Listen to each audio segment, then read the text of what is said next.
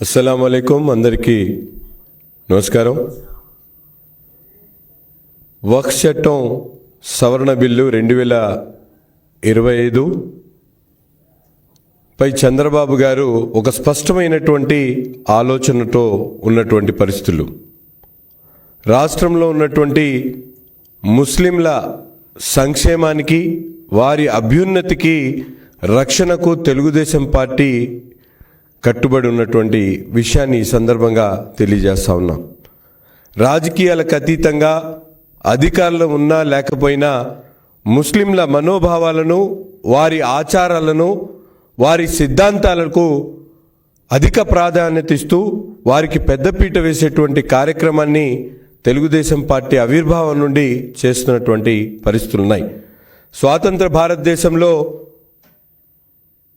ఉమ్మడి ఆంధ్రప్రదేశ్లో కానీ, ప్రత్యేక ఆంధ్రప్రదేశ్లో కానీ ముస్లింల అభివృద్ధి కోసం బాటలు ఏర్పాటు చేసినటువంటి నాయకుడు చంద్రబాబు నాయుడు గారు, పార్టీ తెలుగుదేశం పార్టీ.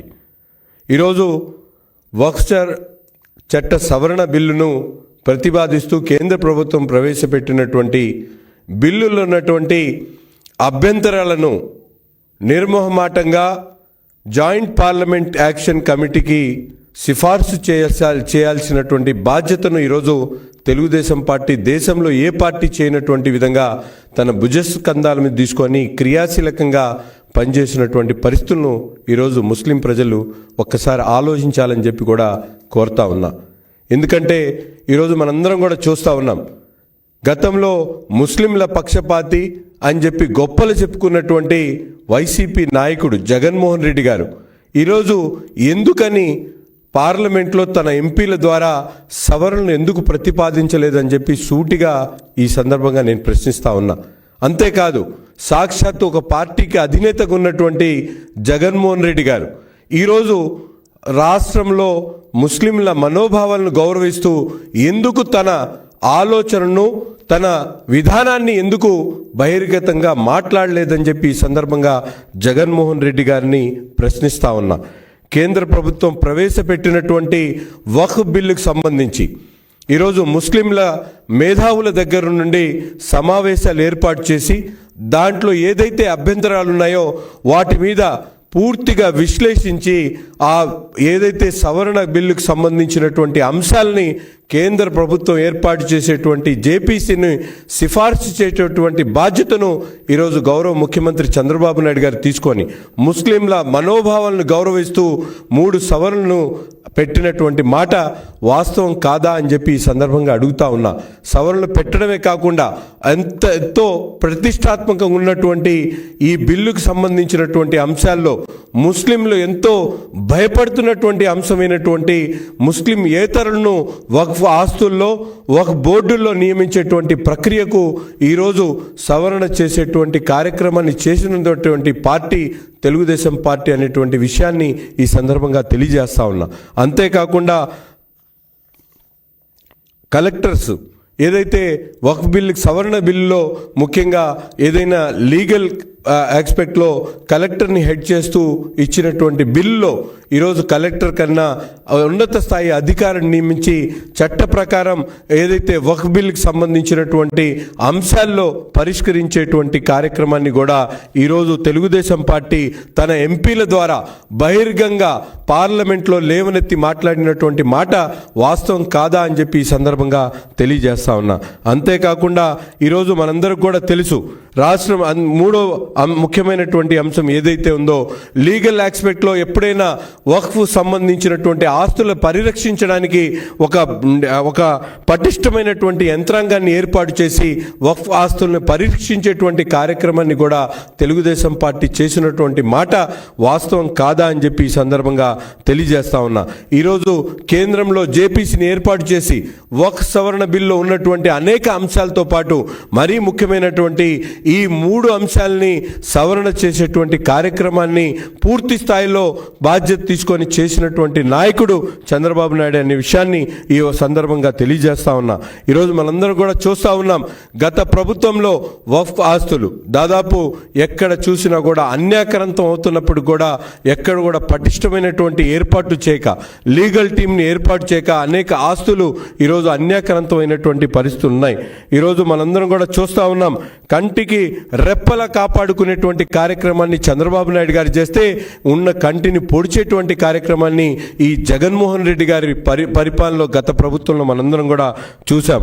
చంద్రబాబు నాయుడు గారు ఉమ్మడి ఆంధ్రప్రదేశ్లో కూడా మనందరం కూడా ఆలోచించినటువంటి విధంగా గతంలో ఏ నాయకుడు కూడా ముస్లింల కోసం అంత లోతుగా ఆలోచించినటువంటి పరిస్థితులు లేవు. రాష్ట్రంలో ఉమ్మడి ఆంధ్రప్రదేశ్లో అతి పెద్దదైనటువంటి హజ్ హౌస్ నిర్మాణాన్ని చేపట్టింది తెలుగుదేశం పార్టీ అనేటువంటి మాటను ఈ సందర్భంగా గుర్తు చేస్తా ఉన్నా. అంతేకాకుండా 2014లో ప్రభుత్వం ఏర్పడ్డ తర్వాత ఈ రాష్ట్రం నుంచి వెళ్ళేటువంటి హజ్ యాత్రికుల కోసం కడపలో హజ్ హౌస్ కట్టడంతో పాటు విజయవాడ నగరంలో 23 కోట్ల రూపాయలు శాంక్షన్ చేసి హజ్ హౌస్ కోసం నిర్మాణం చేపట్టినటువంటి నాయకుడు చంద్రబాబు నాయుడు గారు కాదా అని చెప్పి ఈ సందర్భంగా నేను ప్రశ్నిస్తా ఉన్నా. అంతేకాకుండా ముస్లింలకు ఎంతో పవిత్రమైనటువంటి రంజాన్ పండుగను వారందరూ కూడా సుఖంగా సంతోషంగా జరుపుకోవాలనే ఆలోచనతో ఈరోజు రంజాన్ తోఫాను ప్రకటించినటువంటి పార్టీ తెలుగుదేశం పార్టీ అనేటువంటి విషయాన్ని కూడా తెలియజేస్తా ఉన్నా. ఏదో స్వాతంత్ర భారతదేశంలో ఏ రాష్ట్రంలో లేనటువంటి విధంగా మైనారిటీల యువకుల్లో ఉపాధి అవకాశాలను పెంపొందించడానికి మైనారిటీ ఫైనాన్స్ కార్పొరేషన్ ఏర్పాటు చేసినటువంటి పార్టీ కూడా తెలుగుదేశం పార్టీ అనేటువంటి విషయాన్ని ఈ సందర్భంగా తెలియజేస్తాం. ఈరోజు చౌకబారు విమర్శలు చేస్తూ ఉన్నారు కొంతమంది మాజీ మంత్రులు. వారందరికీ చెప్తా ఉన్నా, తెలుగుదేశం పార్టీ ముస్లింల సంక్షేమానికి అభ్యున్నతి కట్టుబడి ఉన్నటువంటి పార్టీ.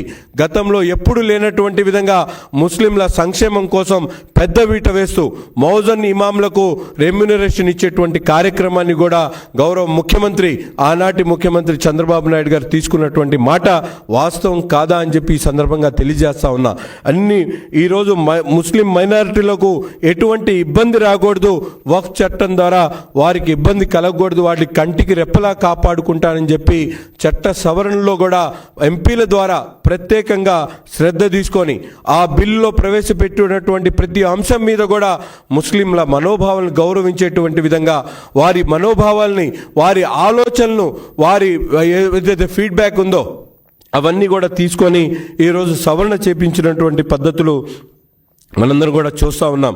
ఈరోజు అంతేకాకుండా అభివృద్ధితో పాటు ఒక పక్కన ఈరోజు మనందరం కూడా పెద్ద ఎత్తున రాష్ట్రంలో మనందరం కూడా చూస్తూ ఉన్నాం, వక్ఫ్ ఆస్తులను పరిరక్షించేటువంటి క్రమంలో ప్రభుత్వం ఏర్పడినటువంటి 8 నెలల్లోనే ఈరోజు వక్ఫ్ బోర్డుని ఏర్పాటు చేసి, గత ప్రభుత్వం 43 జియోతో వక్ఫ్ బోర్డుని ఏర్పాటు చేయకుండా ఎన్ని విధాలు కూడా ఇబ్బందులు పెట్టినటువంటి పరిస్థితులు. కానీ ఈరోజు గౌరవ ముఖ్యమంత్రి గారు ప్రమాణ స్వీకారం చేసిన తర్వాత వక్ఫ్ బోర్డుని ఏర్పాటు చేసి ముస్లింలకు సంబంధించినటువంటి వక్ఫ్ ఆస్తులను రక్షించేటువంటి దానికి పెద్దపీట వేసినటువంటి పరిస్థితులు ఉన్నాయి. మేమందరం కూడా చూస్తూ ఉన్నాం. ముఖ్యంగా 32 అపరిష్కృతమైనటువంటి కేసులను ఈ వక్ఫ్ బోర్డు ఏర్పాటు చేసిన తర్వాత పరిష్కరించినటువంటి పరిస్థితులు. కానీ దేశంలో కీలకమైనటువంటి బిల్లుపై చర్చ జరుగుతూ ఉంటే ఈ వైసీపీ నాయకులు ఎవ్వరు కూడా, ఒక్క పార్లమెంట్ సభ్యుడు కూడా, నేను అడుగుతా ఉన్నా, నిజంగా జగన్మోహన్ రెడ్డి గారికి ఏమాత్రం ముస్లింల పట్ల చిత్తశుద్ధి ఉంటే ఎందుకు మీ పార్లమెంట్ సభ్యులు నిన్న పార్లమెంట్లో ఎందుకు ఈ వక్ఫ్ చట్ట సవరణ బిల్లుపై ఎందుకు మాట్లాడలేదని చెప్పి ఈ సందర్భంగా అడుగుతా ఉన్నా. జగన్మోహన్ రెడ్డి గారు ఎందుకు మీరు మీ స్పష్టమైనటువంటి వైఖరిని ఎందుకు ఈ వక్ఫ్ బిల్లు మీద ప్రకటించలేదని చెప్పి కూడా ఈ సందర్భంగా అడుగుతా ఉన్నా. ఈరోజు మనందరం కూడా చూస్తూ ఉన్నాం, రంజాన్లో ఇఫ్తార్ విందు ఏర్పాటు చేసి ఇఫ్తార్ విందులో కూడా ముస్లింల పక్షపాతిగా ఉన్నటువంటి చంద్రబాబు నాయుడు గారు తన వైఖరిని స్పష్టంగా చెప్పి ఏదైతే చేపట్టవలసినటువంటి సవరణల మీద పార్లమెంట్లో మనకు సంబంధించినటువంటి పార్లమెంట్ ఎంపీల ద్వారా లేవనెత్తి ఆ సవరణలు తీసుకొని వచ్చినటువంటి ఘనత మన తెలుగుదేశం పార్టీ చంద్రబాబు నాయుడు గారు అనే విషయాన్ని కూడా ఈ సందర్భంగా తెలియజేస్తా ఉన్నా. ఈరోజు దాదాపు 65,000 ఎకరాలు ఆంధ్ర రాష్ట్రంలో వక్ఫ్ సంబంధించినటువంటి ఆస్తులు ఉన్నాయి.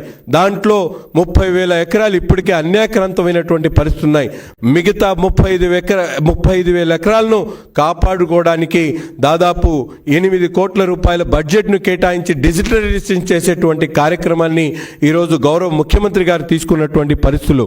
అంతేకాకుండా ఎక్కడికెక్కడ పటిష్టమైనటువంటి లీగల్ టీంని ఏర్పాటు చేసి వక్ఫ్ సంబంధించినటువంటి ఆస్తుల్ని పరీక్షించడానికి అడ్వకేట్ సహకారంతో పెద్ద ఎత్తున లీగల్ టీమ్స్ని ఏర్పాటు చేసి ఆస్తుల్ని కాపాడుకునేటువంటి క్రమంలో ఈరోజు గౌరవ ముఖ్యమంత్రి గారు పనిచేస్తున్నటువంటి పరిస్థితులు ఉన్నాయి.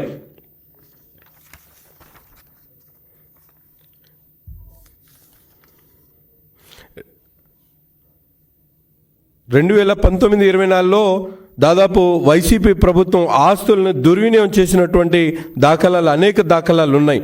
ఎక్కడ చూసినా కూడా ముస్లింల ఆస్తులను వైసీపీ నాయకులు తమ అనుచరులకో తన అనుయాయులకో కట్టబెట్టినటువంటి దౌర్భాగ్య పరిస్థితి గత ప్రభుత్వంలో ఉంది. ఈరోజు వక్ఫ్ బోర్డుని ఏర్పాటు చేసి పటిష్టమైనటువంటి ప్రణాళికతో ఎక్కడ కూడా ఒక్క గజం స్థలం కూడా ముస్లింలకు సంబంధించినటువంటి ఆస్తుల్ని కాపాడుకునేటువంటి క్రమంలో పనిచేయడమే కాకుండా వక్ఫ్ ఆస్తుల ద్వారా పెద్ద ఎత్తున ఈరోజు ఉద్యోగ అవకాశాలు కల్పించడానికి మంచి స్కీమ్స్ని ఈరోజు వక్ఫ్ సవరణ చట్టంలో లేకపోయినప్పుడు కూడా వాటన్నిటి కూడా తీసుకొని వచ్చి ముస్లిం యువకుల కోసం ఉపాధి కల్పించేటువంటి క్రమంలో ఈ ప్రభుత్వం పనిచేస్తున్నటువంటి పరిస్థితులు ఉన్నాయి. ఇప్పటికైనా చౌకబారు విమర్శలు చేస్తున్నటువంటి వైసీపీ నాయకులు ఈరోజు చంద్రబాబు నాయుడు గారి వైఖరి స్పష్టమైనటువంటి వైఖరి, ముస్లింల మనోభావాలకు పెద్దపీట వేస్తూ వారిని కంటికి రెప్పలా కాపాడుకుంటూ ఎటువంటి చట్టాలున్నా కూడా ముస్లింల రక్షణే ప్రథమ ధ్యేయంగా పనిచేసేటువంటి నాయకుడు చంద్రబాబు నాయుడు గారు అనే విషయాన్ని ఈ సందర్భంగా తెలియజేస్తూ తెలుగుదేశం పార్టీ ఎప్పుడు కూడా ముస్లిం మైనార్టీల సంక్షేమం కోసం, అభివృద్ధి కోసం, వారి అభ్యున్నతి కోసం రాజకీయంగా వారికి ఇచ్చేటువంటి ప్రాధాన్యత ఎప్పుడు కూడా పెరగనటువంటిది. తప్పకుండా ఇటువంటి చట్టాలు ఎప్పుడు వచ్చినా కూడా ముస్లింల పక్షపాతిగా ముస్లింలకు అవసరమైనటువంటి అన్ని రక్షణ కార్యక్రమాలు కూడా తెలుగుదేశం అధినాయకుడు చంద్రబాబు నాయుడు గారు పార్టీ చేస్తుందని చెప్పి ఈ సందర్భంగా తెలియజేస్తా ఉన్నా.